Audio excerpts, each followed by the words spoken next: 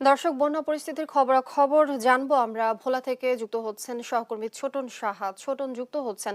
ছোটন, এই যে কয়েকদিন ধরে হচ্ছে বৃষ্টি পড়ছে, চারিদিকে বন্যা থই থই করছে, আসলে আপনি জানাবেন ভোলার এখন কি অবস্থা দেখছেন, আর বন্যা দুর্গতরা নিরাপদে পৌঁছেছে কিনা, সবকিছু মিলে জানাবেন।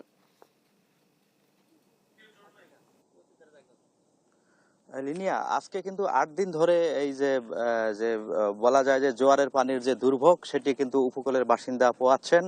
এবং গত 24 ঘন্টায় মেঘনার পানি দৌলতখান পয়েন্টে কিন্তু 71 সেন্টিমিটার উপর দিয়ে প্রবাহিত হয়েছে, এবং তজুমুদ্দিন পয়েন্টে যেটি প্রবাহিত হয়েছে 85 সেন্টিমিটার উপরে, অর্থাৎ গতকালকের তুলনায় বলা যায় কিছুটা পানি কমেছে, কিন্তু মানুষের দুর্ভোগ কিন্তু এখনো কমেনি। এখনো বিস্তীর্ণ এলাকা প্লাবিত রয়েছে। মানুষের ঘর বাড়ি, বাড়ির আঙিনা সহ রাস্তাঘাট সহ অনেক স্থাপনা যেগুলো বাঁধের বাইরে রয়েছে সেগুলো প্লাবিত হয়েছে।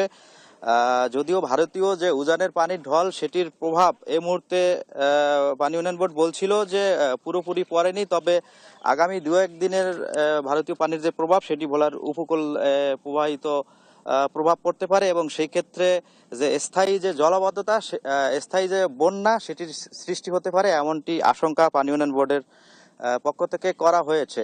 এই যে পানি এখন যে উপকূলে উঠছে এবং মানুষের যে দুর্ভোগ পোয়াচ্ছে, সেই বিষয়ে আমরা একটু পানিবন্দী মানুষের সাথে কথা বলবো এবং জানতে চাইবো আপনাদের এখানে পানি ওঠে কিনা, আপনাদের কোনো দুর্ভোগ পোয়াচ্ছেন কিনা। হ্যাঁ, আসসালামু আলাইকুম। ওঠে পানি, আজ 7-8 দিন ধরে পানি উঠতে আছে নামতে আছে। মানে আমরা ঘর বাড়ি সব তলায় গেছে, রান্না বান্না চলতে করতে পারি না, হাঁটতে চলতে পারি না, বহুত দুর্যোগ্য। একদম তলায় সব ইয়ে গেছে স্যার। গরু বাছুর সব রাখতে বহুত মুশকিল, ছাগল গরু সব রাখতে মুশকিল। ধন্যবাদ লিনিয়া। যেমনটি শুনছিলেন যে পানিবন্দী মানুষের যে দুর্ভোগের কথা, আমার সাথে ভোলার জেলা প্রশাসক আরিফুজ্জামানের সাথে কথা হয়েছে।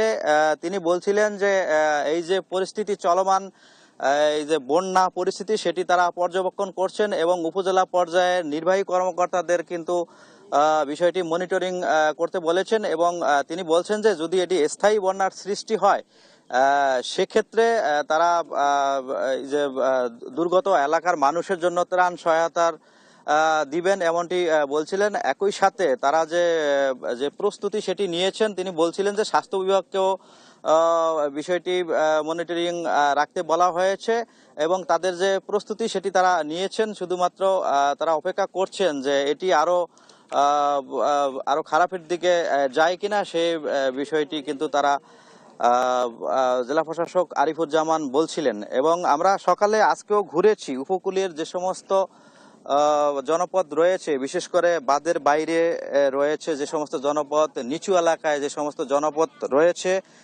সেসব এলাকায় ঘুরেছি, এবং মানুষের জন্য কিন্তু আসলে ত্রাণের জন্য অনেকটা বলা যায় যে হাহাকার চলছে, কারণ অনেকেই কিন্তু রান্না বান্না করতে পারছেন না, ঘর থেকে বের হতে পারছেন না, প্রয়োজনীয় যে চাহিদা সেগুলো আসলে মেটাতে পারছেন না, কারণ এই যে পানি 2 দফা পানি কিন্তু উঠে থাকে উপকূলীয় জেলা ভোলায়। সকালে 1 দফা ওঠে এবং বিকালে 1 দফা ওঠে, এবং এই পানির স্থায়িত্ব কিন্তু থাকে গড়ে 3 থেকে 4 ঘন্টা। এবং কিছু এলাকায় পানি নেমে গেল, বেশিরভাগ এলাকায় জলাবদ্ধতা সৃষ্টি হয়, এবং সে সমস্ত মানুষের দুর্ভোগের যেন শেষ নেই। এবং 8 দিন ধরেই কিন্তু লিনিয়া এই যে মানুষের যে দুর্ভোগ সেটি পোহাতে হচ্ছে, এবং মানুষজন কিন্তু বলছিল তাদের যে এই দুর্ভোগ লাঘবে যদি বিকল্প বেড়িবাঁধ নির্মাণ করা হয়, সেই ক্ষেত্রে যারা উপকূলের বাসিন্দা রয়েছেন তারা বিশেষ করে এই জোয়ারের পানির থেকে তারা কিছুটা রক্ষা করবেন। এবং একই সাথে তারা বলছিলেন যে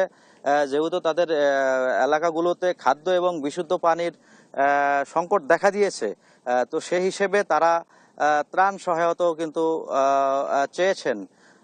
তো লিনিয়া, এ ছিল আমার কাছে যে নদ নদীর পানি বৃদ্ধির ফলে যে ভোলার উপকূলের যে নির্মাঞ্চল যে প্লাবিত হয়েছে তা নিয়ে সর্বশেষ তথ্য। লিনিয়া। ছোটন, আপনাকে ধন্যবাদ।